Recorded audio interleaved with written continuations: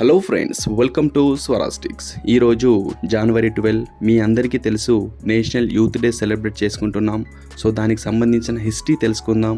స్వామి వివేకానంద గారు 1863 జనవరి 12న జన్మించారు.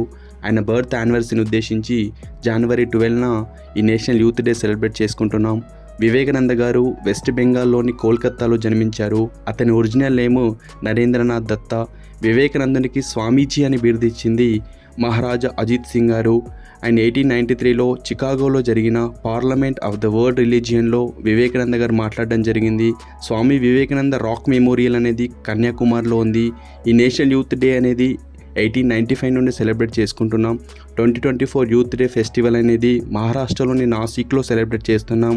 2024 youth day theme వచ్చేసి arise, awake and realise the power you hold. And ఇలాంటి ఇంట్రెస్టింగ్ విషయాల కోసం మన ఛానల్ సబ్స్క్రైబ్ చేయండి.